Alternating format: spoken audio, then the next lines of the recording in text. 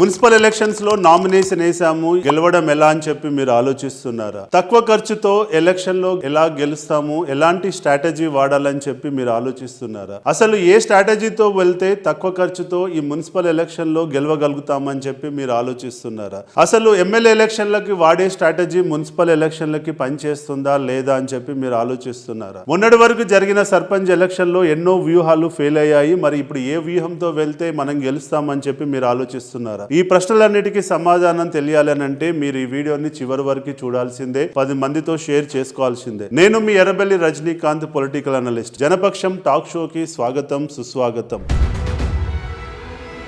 నేను ఇప్పటికే తెలంగాణ, ఆంధ్ర రాష్ట్రంలో ఒక 100 మంది ఎమ్మెల్యేలకి, 30 మంది ఎంపీలకి, 1000 మంది లోకల్ బాడీ లీడర్లకి గెలిపించినటువంటి అనుభవంతో, అందులో నేర్చుకున్నటువంటి కొన్ని అంశాలతో మీకు మీ ఎలక్షన్స్ లో హెల్ప్ చేయాలనే ఉద్దేశంతో ఒక వీడియో సిరీస్ చేస్తున్నాను. ఇది వచ్చేసి ఎపిసోడ్ నెంబర్ 4. తప్పకుండా నా ఛానల్లో ఉన్న అన్ని ఎపిసోడ్స్ మీరు ఫాలో కాండి. మీ ఎలక్షన్స్ లో ఎంతో కొంత ఉపయోగపడుతుందని చెప్పి నేను ఆశిస్తున్నా. ఒక బాధ్యతతో మీరు తక్కువ ఖర్చుతో ఎలక్షన్లు చేయాలన్న ఉద్దేశంతో ఈ సిరీస్ చేస్తున్నా. కాబట్టి తప్పకుండా మీరు మీ మిత్రులందరికీ షేర్ చేయండి. సో జనరల్ గా ఎలక్షన్స్ లో ఎలా వెళ్తే బాగుంటుందని ఆలోచిస్తున్నప్పుడు ప్రధానంగా నాకున్న అనుభవంతో మీకు చెప్పాలనుకుంది ఏంటంటే, ఎలక్షనీరింగ్ అన్నది ఒక హైప్ లేదా ఒక హోప్ తో నడుస్తుంది. అంటే మీరు ఎలక్షన్స్ లో చేస్తే ఎక్కువగా హైప్ క్రియేట్ చేయాలి, దాంతో పాటు ప్రజల్లో ఒక హోప్ కూడా క్రియేట్ చేయాల్సి ఉంటుంది. ఏ ఎలక్షన్ తీసుకున్నా ఈ హైప్ అండ్ హోప్ లేకుండా ఎలక్షన్ స్ట్రాటజీ అన్నది పని చేయదు. కాబట్టి మీరు అడగవచ్చు, మరి హైప్ అంటే ఏంది, హోప్ అంటే ఏందని చెప్పి మీరు అడగవచ్చు. ఇక హైప్ విషయానికి వచ్చినట్లయితే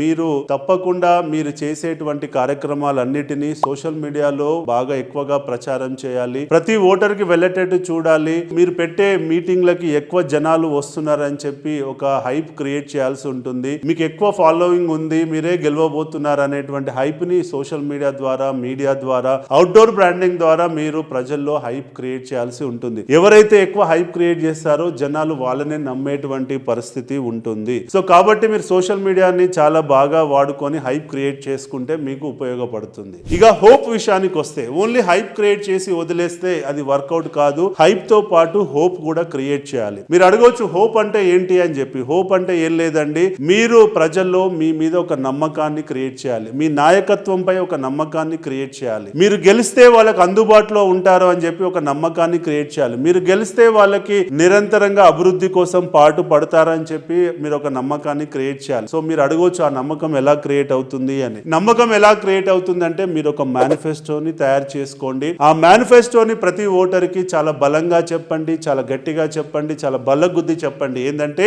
నేను గెలిస్తే నేను దీనికి కమిట్ అయి ఉన్నాను, ఈ హామీ పత్రానికి నేను కమిట్ అయి ఉన్నాను, నేను గెలిస్తే ఇవన్నీ చేసి పెడతాను, లేదంటే మీరు నన్ను చెప్పుతో తీసుకొని కొట్టండి అని చెప్పి మీరు ఛాలెంజ్ చేయండి. చేస్తే డెఫినెట్ గా ప్రజలు మిమ్మల్ని నమ్ముతారు, మీ కాన్ఫిడెన్స్ లెవెల్స్ ని నమ్ముతారు, డెఫినెట్ గా మీకు ఓట్ వేయడానికి వాళ్ళు ముందుకు వస్తారు. ఇదండి బేసికల్ గా హోప్ క్రియేట్ చేయడం. హోప్ క్రియేట్ చేయాలంటే మీరే దిగాలి, మీరే ఎక్స్ప్లెయిన్ చేయాలి. ఏదో పెద్ద పెద్ద మీటింగులు పెట్టి చెప్తాను అంటే జనాలకి ఎక్కదు. కాబట్టి మీ యొక్క మేనిఫెస్టోని బాగా అమ్మగలిగిన వాడు ఎవరన్నా ఉన్నారంటే అది మీరు మాత్రమే. కాబట్టి మీరెంత కాన్ఫిడెంట్ గా వాళ్ళకి రీచ్ అయ్యి, ఎంత కాన్ఫిడెంట్ గా వాళ్ళని యొక్క ఆలోచన విధానాన్ని మీరు కనెక్ట్ చేసుకోగలిగితే, ఎమోషనల్ గా కనెక్ట్ చేసుకోగలిగితే డెఫినెట్ గా ఓటర్ మీ వైపు ఉండేటువంటి అవకాశం ఉంటుంది. ఇదండి హోప్ అంటే. కాబట్టి మీరు ఈ మున్సిపల్ ఎలక్షన్ లో ఈ హైప్ అండ్ హోప్ స్ట్రాటజీని వాడి మీరు ఎలక్షన్ చేసుకొని గెలవాలని చెప్పి మనస్ఫూర్తిగా కోరుకుంటున్నా. జై హింద్.